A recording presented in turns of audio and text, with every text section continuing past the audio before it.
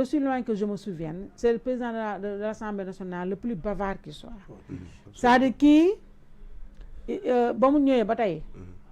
se comporte presque comme le président de la République du Sénégal en téléchargement. Absolument. C'est-à-dire il a un communicant à l'heure. Il est partout, il fait la tournée des chefs religieux, il fait tourner les documentés ko, nous filmer wane. Il a presque, on dirait qu'il a un cabinet de communicants, des TikTokers, il passe tous les jours que j'ai fait, il recrute. Il est sur toutes les plateformes, sur tous les donc ça veut dire mon activisme débordant bi El Malick di def nga xamné boko xolé ba c'est en porte-à-faux avec la ligne de Pastef té lolu xam nga ñun dañ wax tamit sur ce plateau là on veut aussi alerter et prévenir parce que tay Pastef ben pëccoxoo bu garaaw mo fi luma la waxon Cheikh Omar Anne mo nara wax gis nga Amadou Ba encore une fois il a fui le combat gis nga ko dafa sa tok ça di day taylé c'est symbolique. Ça, il n'a même pas essayé de te démentir. Hein? Non, il dit que dafa grave ma nga fa won de. Ma fa nekkon tok ak ñom ak yoyu mais ba wax joté dafa daw. Ñi Cheikh Omar Anne la tek nga xam comme nima ko waxon rek sang ndax kenn ku nekk ci ñom momako wax. Cheikh Omar Anne mo na wax bu dem au front joté Cheikh Omar Anne mo dem au front. Bu wax amé mais mom day taylé combat lu tax xam nga tay mo na def sa comme Farba Ngom ñew tok Cheikh Omar Anne ba paré mu jël wax avec mais il n'assume jamais lé nak entendant Saliou may ñew ñu déglu tout ñu sif tout xol mais tout lañ ci jël après ñu agalé parce que man comme Amadou Ba nek fa dal après nga tek ko ci xol Saliou comprendre nga lima wax biñu commencé wax nga jox ñu ci touti après parce que fi public SN nak amna plusieurs directs hein wa jox ñu déglu touti nañu àndaloon mbokk ñu suivre tuuti xool yokkal de la nouvelle responsabilité qui s'est réunie aujourd'hui comme d'habitude de façon régulière et qui après cette réunion a voulu s'adresser au peuple sénégalais, s'adresser aux militants et sympathisants de la nouvelle dynamique, s'adresser aux Sénégalais de la diaspora et pour tout d'abord remercier tous ceux qui nous ont fait confiance lors des dernières élections législatives qui a permis de constater que la nouvelle responsabilité, après seulement quelques mois, est positionnée comme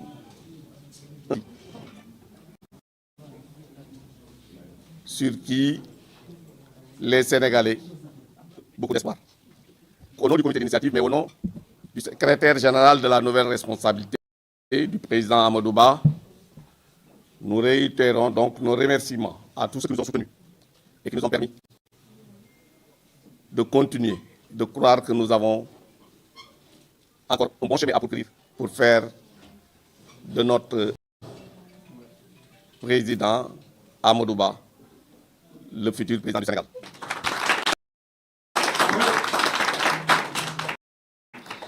Donc la réunion d'aujourd'hui s'articulait, comme j'ai dit que c'était une réunion irrégulière, autour de quelques points. Je peux en citer l'évaluation du processus de création légale du parti. Un comité avait été aussi mis en place pour organiser la prochaine tournée du président dans le pays, pour consolider nos bases, rencontrer les populations et faire l'état des lieux de ce pays, notre pays, le Sénégal que nous aimons bien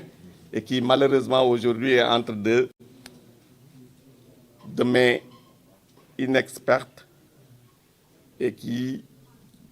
par tâtonnement, peut-être même par méconnaissance, est en train de saper les bases qui fondent notre pays. qui fondent notre unité. Donc cette tournée, ce sera une tournée nationale pour parler aux Sénégalais, les parler des enjeux du moment et leur dire massa, parce que la vie quand même est très dure dans ce pays-là. Économiquement, notre pays est en train de reculer. Donc, aussi nous, parce que la vie quand même est très dure dans ce pays-là. Économiquement, notre pays est en train de reculer. Donc, aussi nous évaluons la situation de l'opposition. Nous demandons waaw ñi ko bëgg a seetaan na ngeen seetaan ko suñu beneen direct bi ndaxte Public SN TV am na possibilité prise de direct man ba fa Amadou Ba toogulee rek Cheikh Oumar Anne mi commencé layam lay mi di wéeri laa ne jaruñuy perte trop suñu temps jigéen léegi Cheikh dama bëgg comme ni ma wax sànq li na nekk di xew c'est-à-dire gis nga affaire El Malick bi il faut que ñu teel ko wax parce que li ñuy wax sànq rek ne Pastef dafa bëri ay problème ci biir yoo xam ne ñu ngi koy nëbb yi ñu ngi koy làq-làqal ainsi de suite waaye El Malick ñëw ci contexte particulier contexte boo xam ne nii saa suuf bi fu ne la ci réew mi parteem am yoon bu ñu jël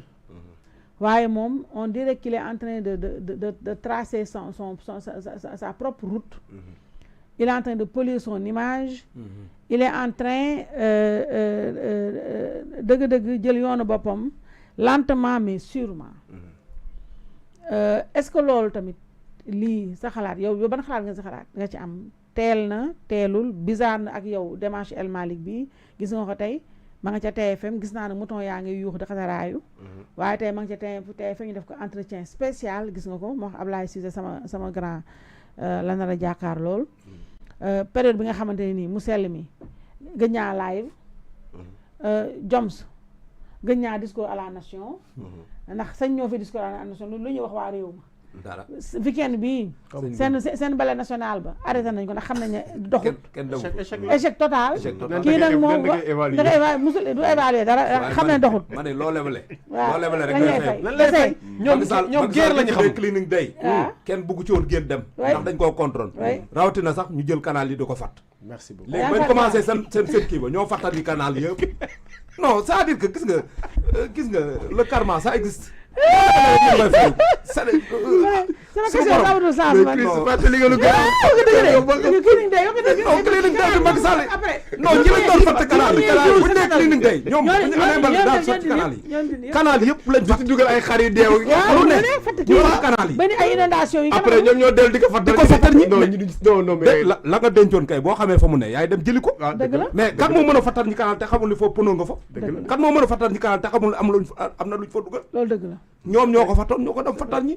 bañ la ne cleaning day ñu saboté cleaning day ba affaire bi jàll ñëw indi seen setal bi tam sénégalais daal leen seetaan ak moom rek la nga lebal doo ngay fay ko kese léegi Cheikh loo xalaat ci affaire El Malick bi El Malick dafa war a xam ne l'urgence est ailleurs ñun faluñu mannequin waaw man apparemment dafa mel ni dafa nekk di créer sa propre ligne sa propre trajectoire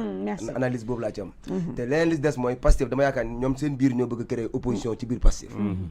force bi nga xam te ni moo nar a opposé ci Pastef biir Pastef lay jógee xam nga El Malick fii ba 2029 nit mënu ko foo jëlee faatu rek xanaa toog na kay waaw moo ko fa mën a jëlee donc samp na léegi ci biir samp googu noonu moom am na benn masse boo xam te ni da koy favorable comme tey Guy Marius Sagna ni mu amee ay sympathisants noonu la El Malick amee ay sympathisants moom lay ut nii moom la nekk di ut nii léegi moom mu ngi tabax mu ngi am lu mu waajal léegi loolu man analyse gi ma si def mooy xam nga tey suñu waaj yi ñuy wax ji li muy bëri article 49 moo ko fa bàyyi 8h5 day tëb te man am na beneen question bu ma bëgg yéen juristes yi gars yi ñu def ci investigation Ousmane Sonko démissionné wul assemblée nationale dafa suspendre mandat waaw léegi mandat gi mu suspendre lan lay undu lan la maanaam tey bis bu xëyoon bañ dàq ko premier ministre bis bu discordance amee Ousmane Sonko am na possibilité dellu assemblée nationale loolu juridiquement c'est encadré waaw léegi foofu nag mooy problème bi kon ça veut dire que gars bi mu ngi ànd ak moom mais confiance bi ngeen di wax à 100% jébbalu bi seey bi amu fa El Malick na xam ni fi réew mi toll ñun dañoo fal président assemblée nationale ngir mu ñëw tey la loi concernant l'homosexualité ñoom ñoo ñu ko waxoon criminalisant l'homosexualité loolu dafa nekk benn acte fort boo xam ne dañ ko war a teg ñoom ñoo ñu waxoon dañoo bëggoon télévision parlementaire fan la toll ñoom ñoo ñu waxoon ni bu ñu ñëwee l'abrogation de la loi d'amnistie duñ ci wax ay waxi partielle intégrale lay nekk général lay nekk donc moom ci loolu lañ koy xaar mais dem fii da ngay gis ni bu président demee même pas 24 heures mu ñëw def délégation boppam mais ni ku nekk ci opération tibb tànk am na lu ko doy am na ay chantier yu ko nekk di xaar donc man dama encore une fois li may wax la diversion la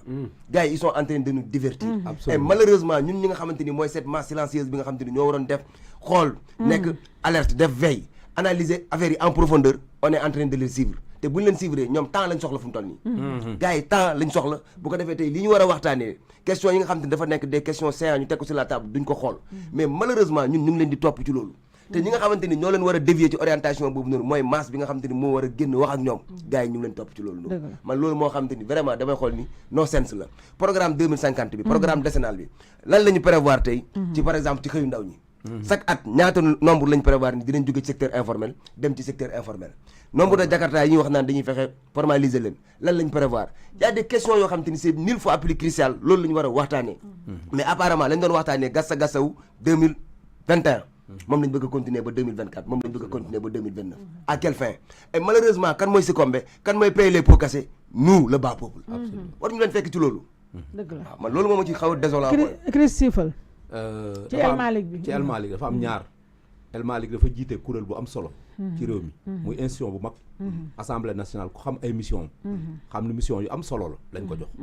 maanaam contrôler l'action du gouvernement naam sax njort naa ne du ko def du ko def parce que sotti ceeg def ci la rek waaw 6 ak 9 Samba 6 ak 9 buñ ko ne woon tey contrôler l'action du gouvernement du ko def correctement ñaar voter des lois ñett évaluer les politiques publiques mais est-ce que am El Malick nekk na tey ci condition psychologique pour assumer entièrement ces missions là assumer loo ko député fa nekk loolu seetlu naa ñoom bañ toogee ba tey lan mooy seen premier dossier mooy mise en exécution des ordres de l'exécutif en levant l'immunité parlementaire tour à tour xam nga wax nañ Farba Ngom ñi ngi njort Amadou Ba ñi ngi wax waxi Moustapha Diop même cas boobu sax waroon nañ cee wax cas bu doy waar a ngi noonu nit koo xam da nga koo accusé te amoo benn preuve ci li nga ko accusé nee nañ jox ko 700 millions 700 millions fu ñu ko bind foo ko tënk dafa ñëw ko ci këyit yow jël nga xaalis boo xam ne moomoo ko lebal ko koo xamante ni kii amul benn garantie bu mu la jox benn trace amu ci waa kooku boo levee l'immunité parlementaire am boo ko wooyee lan ci kaw lan nga koy woo lañ defoon ci laat rek lañ defoon ci lat Jóob rek lañ ma lañ defoon ci laat rek maanaam noggatu gars yi rek lañ fi bëgg a nekkee nañ ko neex na sa assemblée tey mooy instrument bi nga xam dañ koo teg pour noggatu opposants yi waaw levée de immunité parlementaire nit ñi képp lañ fa nekk amul leneen kese ñaar ki ko jiite moom comme ni kii sama Cheikh ni mu ko waxee El Malick dafa xamul ba tey liñ ko jox lan la kuréel gu am solo lañ ko jox mais maanaam moom tey visite de courtoisie à gauche visite de courtoisie à droite ma nga ci li ma ngi ci la ma ngi ci la loolu du la may temps nga mën a concentré wu liggéey buñ la sant yow boo nee réforme boo nee rupture da nga war a am temps booy toog nga liggéey gis nga voyez moi ngistal bi amul njëriñ amul benn solo amul njeexital ci liggéey bi ñu ko tënk donc daa war a toog liggéey vraiment man jàpp naa ne aussi benn affaire tam mën nañ ko xalaat El Malick ci jëm boppam boo xoolee parcours am moom Pastef bañ koy sos nekk foon de xaw ma ndax xam ngeen ni jógewul Pastef dafa am feneen fu mu soqee ko dafa nekkoon doyen Ibrahima Fall xoolal li ma la bind doyen Ibrahima Fall taxaw tem la ne woon taxaw tem la jóge ñëw la preuve am na ci emblème boo xam ne tey Pastef mi ngi ko yor moom moo ko ëndaale bi muy ñëw taxaw tem moo ko yoroon dégg naa ko de seen programme boobu am na lu ñu ci bindoon loo xam ne taxaw tem la jóge kon donc moom en réalité dafa nekk élément boo xam ne dafa jóge fa la ñëw xaw mel ni un intrus au départ fi mu ne nii xam nga lu muy wut légitimité day wut légitimité au sein de Pastef mooy waral li muy def yëpp pour wane ne effectivement man militant la responsable la te gëm naa idéalu Pastef pour gars yi jox ko bopp jox ko laam ëllëg situation bu évoluer moo xam président lay doon moo xam premier ministre peut-être dina mën a am dara peut-être loolu lay sóoraale moom lay calculer te vraiment loolu dafa teel aussi quoi dafa teel Saliou xoolal dafa teel te Pastef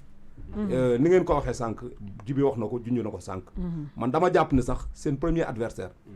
seen bopp la seen bopp la c'est Pastef contre Pastef Pastef contre Pastef parce que culture politique bi ñu yor dafa ne culture politique boo xam ni nekkul culture politique de cohésion nekkul culture politique boo xam ni danoo war a ànd ci doon ay nawle dañoo war a ànd ci nga wekk ma wekk la dañoo war a ànd ci coofeel ñoo xamuñu loolu li ñu xam mooy sama intérêt laay jiital kon loolu bu demee ba ci yàgg choc des ambitions day am choc des ambitions bu amee forcément interstices yooyu ubbeeku ay déflagration lay doon te day toj moo tax nag li ci kanam raw li bët seetaan leen bu baax les premières crises vont bientôt commencer waxantuma nag le front social qui va bientôt émerger ça veut dire que ñoom en réalité ils seront complètement encerclés mais nag il faut gars yi am fit jóg aussi organiser cette masse populaire là il faut un leadership fort pour encadrer cette masse populaire là pour encadrer en réalité cette frustration des travailleurs dans tous les secteurs BTP la presse ñi ngi njett nit ñi njett emploi di yàq emploi nit ñi toog li leen seetaan loolu mënul continuer il faut que les leaders de l'opposition amuñu ku leen ko waxal am na nag lu ma ci njort am na lu ma ci njort nag dafa naa am na lu ñuy togg am na lu ñuy togg chef côté boobu na sa xel dal je pense que gars yi cette fois-ci bu ñuy jóg non ci ay base yu leer la ñuy demee parce que du coalition électorale moo amul mucc mais lii coalition boo xam ne lay doon c'est pour préserver en réalité les libertés et les acquis démocratiques si c'est pour préserver les libertés et les acquis démocratiques dafa naa sookal boobu bu ñu ko fondé coalition fondé ci un mouvement fort de l'opposition et de toutes les forces vives parce que dafa naa duñ tëju danañ ko ubbi pour mu nekk yow pour nga def li ngay wax naan la consolidation de nos acquis démocratiques loolu société civile moo ko mën a porter ñi ngay wax noonu bis bu ñu dajalee seen doole anduñu te yàlla tax bu ñu demaatee à la veille des campagnes maam choc d'ambition day amaat waaw non xam nga regroupement yi ñaari façon lay doon am na regroupement yoo xam ni en réalité c'est des regroupements pour porter des revendications citoyennes dafa naa ñoom loolu la ñu nekk di togg instant yi am na ci ay coalition regroupement yoo xam c'est pour les élections mooy coalition électorale yi bokkul donc ñaar yooyu buñ ko aussi buñ ko jaawle buñ ko méngale parce que bokkul kon donc tey contexte bi li mu laaj tey mooy regrouper toutes les forces vives muy syndicat muy centrale syndicale muy société organisation de la société civile muy parti politique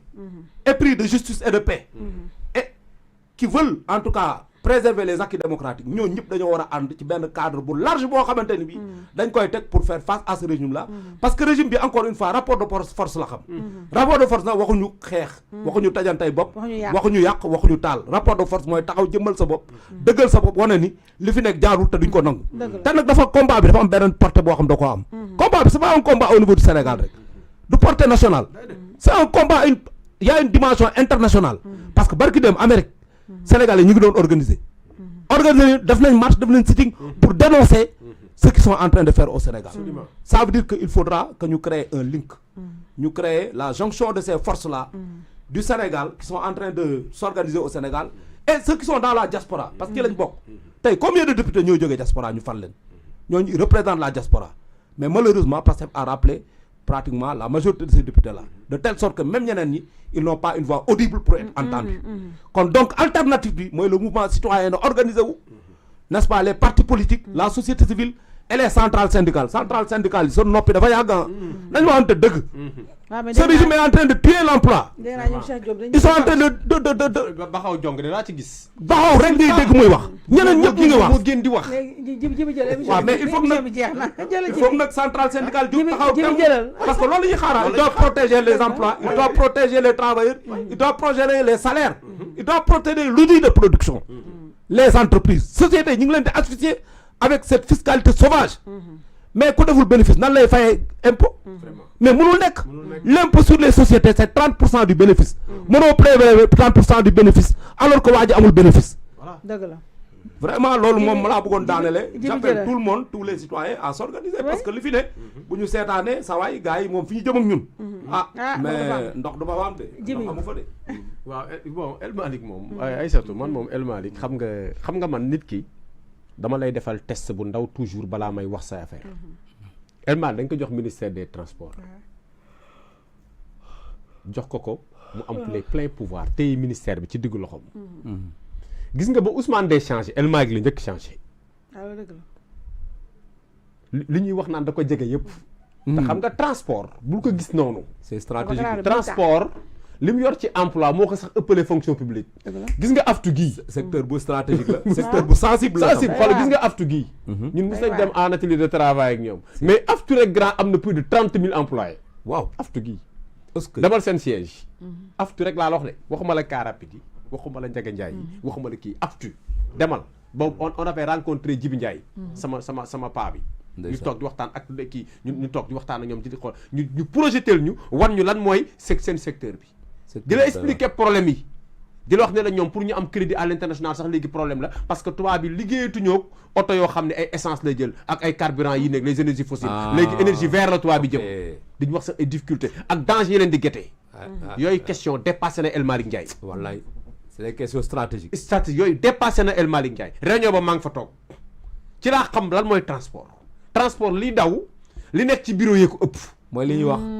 li ñuy wax le verdissement de l'économie merci beaucoup léegi dafa am tubaab yi ñoom ay financiers yoo xam ne léegi dañu teg lu ñu naan taxonomie taxonomie mooy dañuy xool yow secteur d'activité bi nga nekk ñu xool li ñu naan le kii carbone xaw ma nu ñu koy waxati am na nu ñu koy waxati dañuy xool sa empreinte carbone maanaam yow sa niveau de pollution activité bi quel est le niveau de pollution de ton activité économique bu nekkee niveau de pollution bi egg na benn degré bi dañ la naan boo naree def lii dañ lay lebale lii mais taux d'intérêt bi ngay fayee ou bien ñun la carrément par exemple comme charbon extraction charbon ñoom duñ la lebal xaalis pour ko def extraction charbon hydrocarbure duñ la lebal xaalis pour loolu xoolal tey ñu war a réfléchir sur pour loolu essence bi tey pétrole bi ak gaz bi ñu am nii ban utilisation lañ ciy am ëllëg d'autant plus qu'aujourd'hui le monde va vers le développement durable l'économie durable et l'énergie verte et la finance verte le verdissement de l'économie pétrole bi ak gaz bi d'ici quelques années ça va se déprécier ça sera remplacé par d'autres types d'énergie absolument léegi yow ñu war a nekk ci réflexion stratégique yooyu ñun naan waaw Farba na ñëw wuyoo mais yow boo continuer nii dans 20 ans mais grand dans 20 ans pétrole dina génn doo am ko jaay le prix du pétrole va être divisé en 3 pour nga jaay ko doo amati benn valeur sur le marché abandonné nañ ko daanaka ils sont en train d'abandonner même dans les financements les banques européennes lu si ëpp dootu ñu financer ay projets yoo xam ça porte sur le transport les véhicules électriques non bàyyi nañ ko la grande innovation de bàyyi nañ ko avec le BRT bàyyi nañ ko des bus électriques enjeu nga réfléchir ci loolu gis nga BRT loolu voilà foofu au lieu nga benchmarker au lieu nga benchmarker l'expérience du BRT nga xam ni ça roule avec de l'électricité zéro pollution yow nga nekk fii de rek la ay question yoo xam ni Djibi Ndiaye kaay wuyu Diop Aïssatou Diop kii andi Diop am Ndiaye andi Diop est-ce que xam nga ni y a plus de convocation que de réalisation actuellement mais ñoom dañoo réalisé wul dara mais fii ak ñetti at lépp lu ñu inauguré Sénégal Macky Sall mooy projet boo xam ni négocié na ko tàmbali na ko boucler le financement bi commencé na réalisation bàyyi leen ko ñoom ñu yeggali ko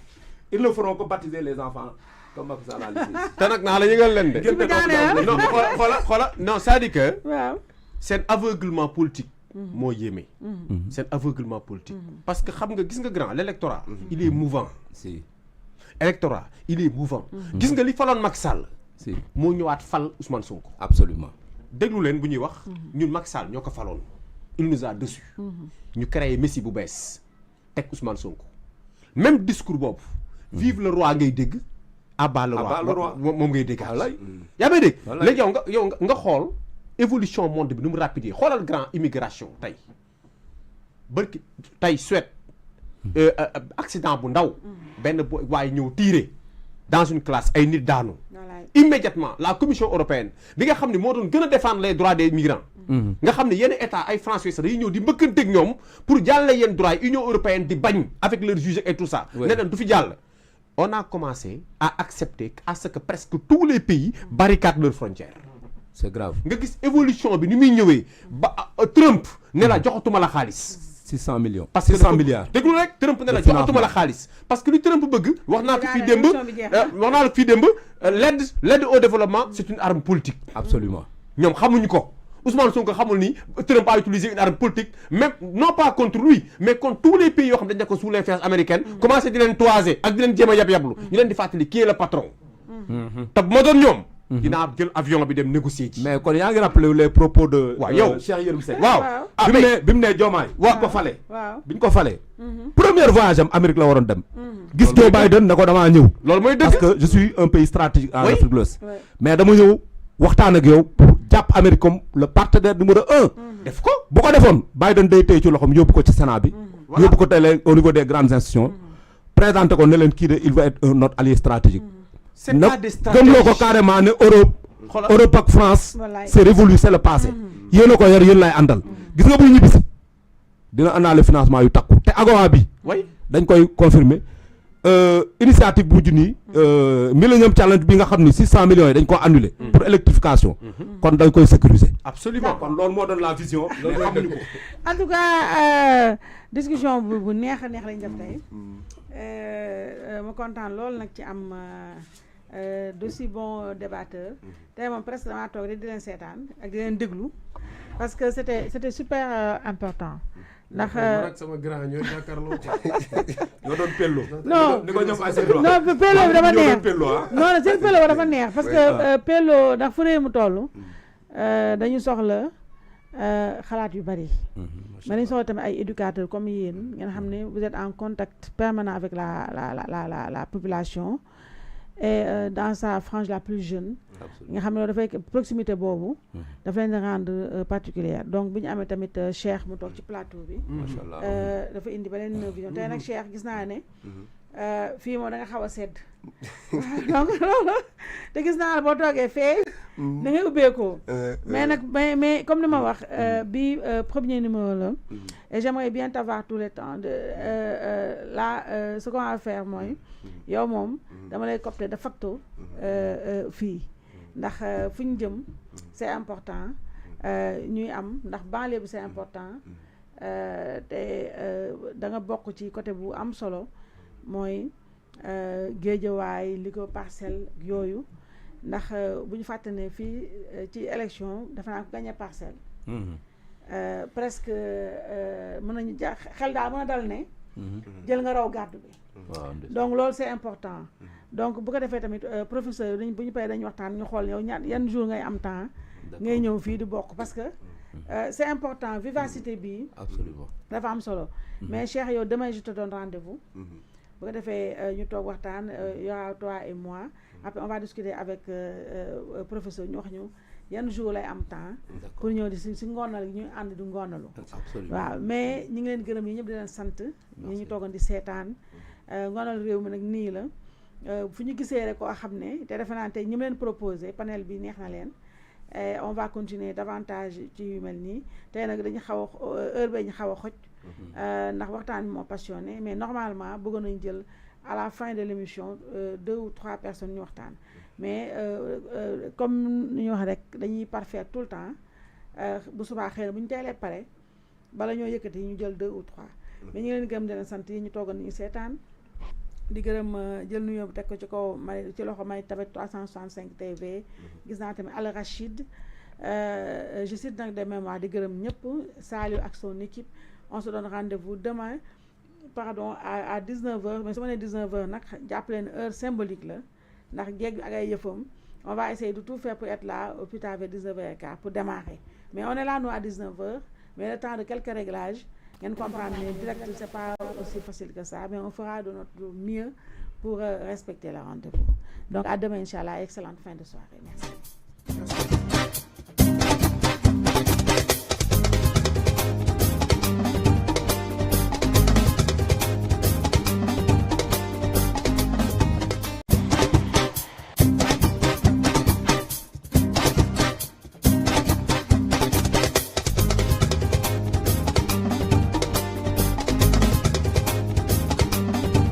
Instrumentalisation bi wax na ko léegi monsieur le ministre de la justice amul njariñ le député Farba Ngom nañ ko rassurer la nouvelle responsabilité sera à ses côtés dinañ ko soutenir ni ñu ko war a soutenir parce que loolu mooy li nga xamante ne mooy jëmmal notre démocratie parce que dañu ko torpiller muy Lat Diop ak képp koo xamante ne tey yoon daf la arrêté te teguñu ko ci yoon lu dul ci manipulation la nouvelle responsabilité y répondra prête ñu ngi gërëm ñëpp ñu ngi sant ñëpp wasalaam.